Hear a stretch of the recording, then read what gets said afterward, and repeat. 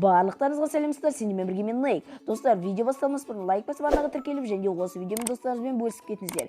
Себебі бүгін мен сендерге қалай алғашқы 1000 подписчик жинауға болатыны жайлы айтатын боламын. Ал ендеше біз өзіміздің видеомызға кеттік.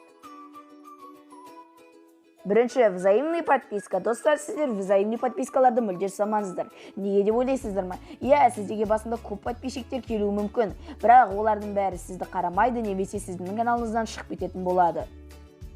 Ал егер сіздерде мүлде мені тыңдамай, взаимный подписка жасаймын десеңіздер, өте бір қызықты контент ойлап табуға тырысыңыз. Себебі сол кезде ғана сіз өзіңіздің взаимно подписанный адамдарыңызды ұстап қала аласыздар. Сол арқылы сіздер өз адамдарыңызды тірі подписчиктерге айналдыра аласыздар. Бірақ та бұлай жасау көбінің қолынан келе бермейтін іс. Екінші тәсіл, барынша трендті табуға тырысыңыз.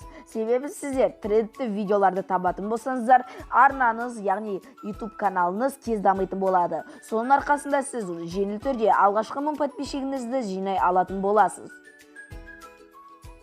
Достар, енді әрі қарай ютуберлерге не жасау керек, ал не жасамау керек екенін айтайын.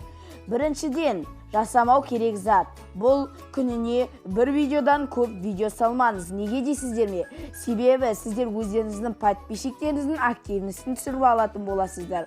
Яғни бұл қалай дейсіздер ме? Сіз күнде 2-3 видеодан салатын болсаңыздар, подписчиктеріңіз сіздің видеоңызды көре-көре шаршайтын болады. Содан кейін сіздің видеоңыз оларға мүлде қызықсыз болып қалады. Сол себепті олар сіздердің видеоларыңызды мүлде қарамай кетуі де мүмкін.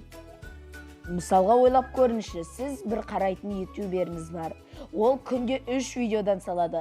Ал сіз оның барлығын күнде 1-2 күн қарайтын шығарсыз. Немесе бір апта, немесе бір ай қарап жүретін шығарсыз. Бірақ содан кейін 2-3 видеоның бәрін сіз мәңгілік қарап жүрмейтін боласыз. Содан соң сіз екеуден қарайтын боласыз. Сосын біреу, сосын мүлде қарамайтын боласыз. Себебі сізге бұл қызықты болмай кететін болады. Сіз қайта басқа ютуберлерге көшетін боласыз. Себебі олар интрига жасап қызықты видеолар түсіретін болады. Міне, сол үшін мен сіздерге күніне бір видеодан көп салмауға кеңес беремін. Ал достар, сіздің YouTube каналыңыз басқа адамдарды өзіне тарту үшін не істеу керек деп ойлайтын шығарсыздар. Ол үшін сіздер өзіңіздің каналыңыздағы никнейміңізді, яғни каналыңыздың атын және де аватаркасын, шапкасын дұрыс қоюыңыз керек. Ал бұл үшін не істеу керек? Сіз өзіңіздің аватаркаңызға өзіңіздің суретіңізді, немесе өзіңіздің тақырыбыңызды, тематикаңызды толық бейнелейтін суретті қоюыңыз керек. Және де ол ашық түсті болу керек. Және де ол адамға керемет болып көрінуі тиіс. Ал сіз шапкаңызды қалай қою керек екенін айтайын. Сіз шапкаңызды өте аватаркаңызға ұқсайтын қылып қою керексіз.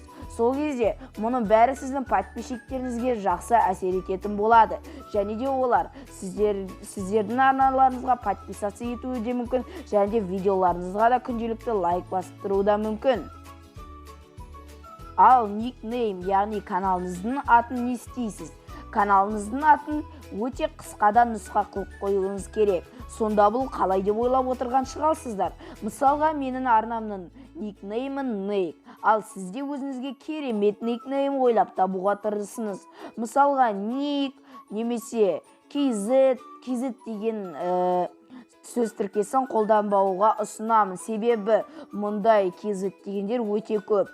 Сіздер никнейм ойлап тауып жатқанда ешкімде жоқ, және де есте қаларлық, және де өте ерекше қылуға тырысыңыз. Мысалға, Нейк деген мүлде қазақ ютубында жоқ десе де болады, және де ол өзгелерден ерекше естіледі. Сол себепті сондай менің тәсілдерімді қолдануыңызға болады. Және де каналыңызға ат ойлап тапқанда мынандай да тәсілдер болады. Яғни артқы бітетін жағын ойластыру. Бұл сонда қалай дейсіздер ме? Мысалға, ирк. Мысалға, ирк деген артқы жағын алайық. Сосын оның үстіне бір әріп қосайық. Мысалға, нирк, кирк. Сондай аттар керемет болып шығатын болады. сол секілді сіз өзіңіздің никнейміңіздің артына керемет ник ойлап табуға тырысыңыз. Достар, осымен видеомыз аяқталды. Егер де сіздерге видеомыз ұнаған болса, лайк басып, арнаға тіркеліп, және осы видеомен достарыңызбен бөлісіп кетіңіздер. Оларға да бұл видеоның пайдасы тиер. Ал ендеше достар, тағы да көптеген осындай пайдалы кеңес YouTube канал бойынша пайдалы кеңестердің шыққанын қаласаңыздар, лайк басып, арнаға тіркеліп кетуді ұмытпаңыздар. Ендеше сау болыңыздар.